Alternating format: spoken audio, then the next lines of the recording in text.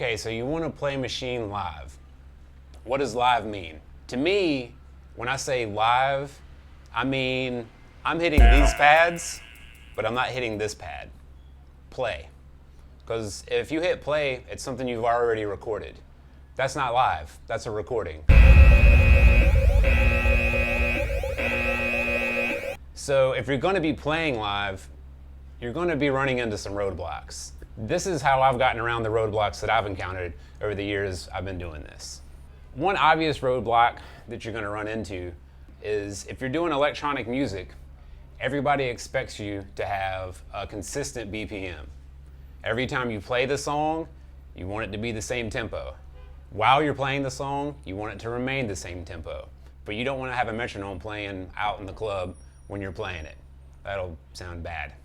So one technique that I've used is I'll put a delay of some sort on one of the pads I'm triggering. Whatever BPM you have Maschine set in, the beat delay will follow that grid. So for instance, this one routine I'm doing now, I think it should roughly be 76.5 BPMs. So this pad with its delay will give me that tempo. So the break, as I'm playing it,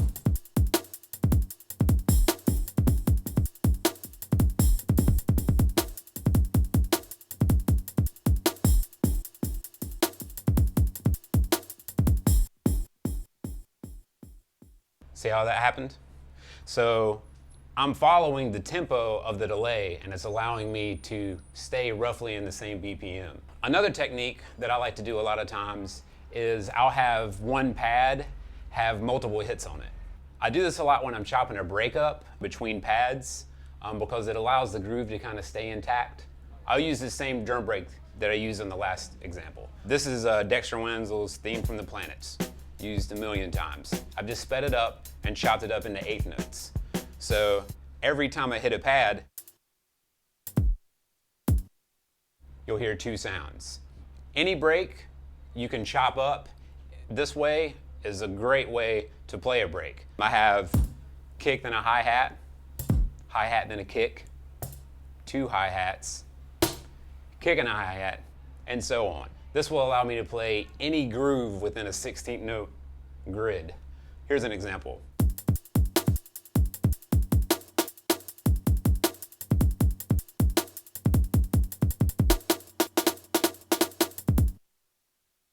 See what I mean?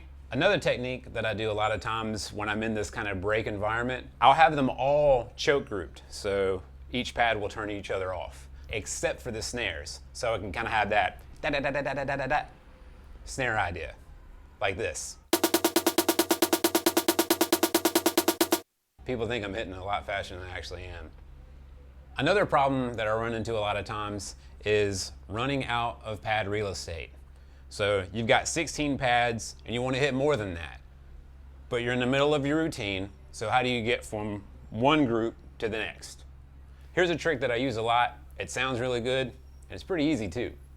Okay, so I've got a routine loaded up and I've got a delay set on one of the pads. Basic 16th note delay, tapers off pretty good. So in my routine, I'm in Group C, and I need to get to Group D because I'm changing the background piano sample. So this is how I do it. I can break down, I can break it down, I can down, I can down. So the delay carries over from the last pad group while I'm switching. I'll show you again, just in case you didn't follow it. I can break it, I can down, I can down, I can down, I can break it down, I break it down, down, I can down, I can down, I can break it, I can break it down. Like that. Here's another tip that I use all the time. So you got a long phrase sample that you hit every 4 bars or so. You're also playing drums. Well, if you're gonna hit a kick every time you play that phrase, why don't you just put the kick with the phrase? There's no need to be hitting 2 pads if every time you hit the phrase, you hit a kick.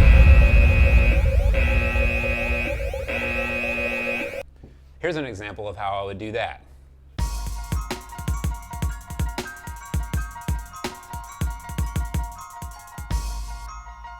Something like that. Every time I hit the phrase, the kick sounds too.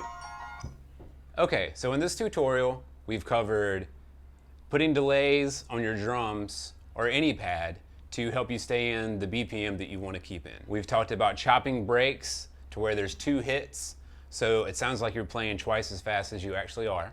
We've talked about taking the snare off of the choke group so you can have that kind of drum roll. We've talked about using delays when we're going from group to group to make a more seamless transition in your routine. We've also talked about putting your drums that you hit during your long phrases so that every time when you hit the phrase, the drum will sound at the same time. That's pretty much it for this one. I'm Justin Aswell of the group Mr. Invisible out of Charlotte, North Carolina. For more tutorials, check out Dubspot.com. Welcome to Dubspot. We believe in providing you hands-on experience right away. Whether you're completely new to music and want to turn the sounds in your head into a musical reality, or you're an experienced artist looking to refine your skills and add new tools to your arsenal, we're ready to meet you at your level. For students of all ages, all levels, and all styles of music, Dubspot is here to help you achieve your goals. With course offerings both online wherever you are and at our school in the heart of New York City, we are ready to guide you through the next phase of your musical transformation. Whether you want to produce music, DJ, or do both, you've come to the right place. Come explore Dubspot for yourself. Become a part of our community and make music.